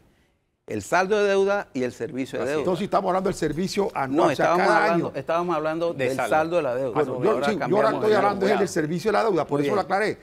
Si nos podemos ver, nosotros estamos pagando en esos 3 años unos 2.634 millones de dólares. O sea, yo creo, y es mi opinión, que lo que estamos pagando en deuda, digan lo que digan, ya puede traer como consecuencia que tenemos que, para pagar la deuda tenemos que, incluso ya es tan grande, lo que pagamos anualmente, se está llevando el 17% este año, para el 2023, del presupuesto, y en el 2022 el 16%. O sea, el gasto más grande a nivel individual que tenemos en Panamá en este momento no es la educación ni el salud, sino que a nivel individual se lo lleva a la deuda. Este año, lo programado es que por primera vez yo veo que el gasto en salud va a ser un poquito, 50 millones más que el gasto en deuda, que son 4.565 en salud y 4.515 de deuda. Los años anteriores, el gasto en lo que es el pago de la deuda es mucho mayor que salud. Y no se diga en el caso de la educación. Pero sigue siendo el gasto más grande. El gasto más grande que hay actualmente. Entonces, ¿qué es lo que yo estoy diciendo? Que llega un momento que yo no creo que el país en el futuro pueda con esto. Llegará el momento que yo lo que estoy planteando Es que el Estado va a tener que renegociar la deuda. ¿Y ese futuro es muy lejano o estamos hablando de qué año tenemos que sentarnos a renegociar deuda? Yo sí creo que debemos renegociar deuda lo más pronto posible. ¿Por qué? Porque mire todo lo que se dio ahora. Una crisis que tenemos un mes. La economía, estamos calculando que por lo menos 1.000 millones menos del PIB de lo que era antes. Sí. Entonces, todo ese problema hay que verlo y analizarlo. ¿Por qué no renegociar la deuda? Pagaremos 3.000, lleguemos a acuerdo y invirtamos 1.000 millones. ¿Qué es lo que está en el horizonte? ¿Renegociar la deuda? Yo quisiera que nos enfocáramos. O sea, hacer una comparación del servicio de la deuda que es de todos los sectores contra lo que es el sector de educación, no es comparable. O sea, una porción de eso es el sector de educación. Lo que quiere decir, bueno, en vez de pagar o en vez de tener servicio de deuda a esos niveles, deberíamos tener mayores recursos para educación. Pero es que si no tenemos un financiamiento del presupuesto, entonces no tendríamos cómo asignarle a esos sectores. A mí me da escalofrío. A ver, nada más quiero aclarar el tema de que si tenemos que renegociar. No, señores, nosotros estamos lejos de eso. Nosotros estamos manejando responsablemente el nivel de deuda que es razonable para una economía como la de Panamá y sus características. No lo decimos nosotros, lo dicen los que están dispuestos a invertir en Panamá. Y la calificación de riesgo de Panamá todavía la hemos podido mantener a pesar de la crisis. Don Danilo, bien, una pregunta más. A mí me da escalofrío que nosotros nos podamos parecer al camino que trilló Argentina y que al día de hoy la tiene sobre una fortaleza de gelatina. ¿Cuál es la presión de deuda sobre el PIB de Argentina? Terrible. Más del 100%. Así es. Nosotros estamos rebajando, estamos haciendo un sendero. 64. Llegamos a 61 y vamos a empezar a bajar. Pero vivimos creciendo en los subsidios. O sea, Argentina parece ser nuestro mapa. No mezclemos porque hablemos de deuda porque subsidio es otra cosa. Correcto, de acuerdo. Pero al fin y al cabo, la plata tiene que salir del mismo bolsillo. ¿Ok? La plata que se usa para deuda y que se usa para subsidio y que se usa para todo lo demás, sale de un solo bolsillo. Entonces, el punto es, ¿qué riesgo tenemos en andar por el camino de Argentina? ¿Estamos lejos? Estamos lejos. Usted, profesor, los dos son académicos. La historia de Argentina es triste. Triste, muy triste. Triste, ¿verdad? Y terrible. No poder pagar los préstamos que ellos adquirieron y estar en una situación de default con el Fondo Monetario, estamos muy lejos de ese panorama en Panamá. Aquí hemos sido muy, pero muy responsables en ese sentido. ¿Usted coincide? Hemos sido responsables en las medidas que hemos tenido que bajar el gasto social para pagar la deuda. En eso estamos responsables. Si yo siempre tengo que... O sea, el gasto social, en salud, educación, bajarlo para pagar la deuda, siempre la voy a pagar. Yo lo que digo es que llegó el momento, con todos los problemas que tenemos en crisis en este momento, de ver el problema que tenemos. ¿Por qué dice usted que hemos bajado el gasto social? Si el gasto social ha estado creciendo, no ha estado disminuyendo. Bueno, y en pandemia creció con ganas. Pero es que hay una realidad y que hay que decirla. La deuda que tiene Panamá ha ayudado a resolver los problemas básicos de la población panameña. Esa es una pregunta que hay que analizar. La deuda se origina por necesidades de darle respuesta a la sociedad. Pero no se ha logrado. Oiga, todo el que adquiere un préstamo está obligado a pagarlo. Y en es que nadie está diciendo que no se pague. Bueno, nadie está diciendo que no se pague. Y en este contexto, ¿cómo se comporta el presupuesto de inversión? Bueno, el presupuesto de inversión está aumentando con relación al año anterior. Estamos hablando ya de 9.000 millones, arriba de 9.000 millones. Dejemos la cosa hasta ahí porque el tiempo se nos acabó. Aquí no podemos pedir préstamos de tiempo.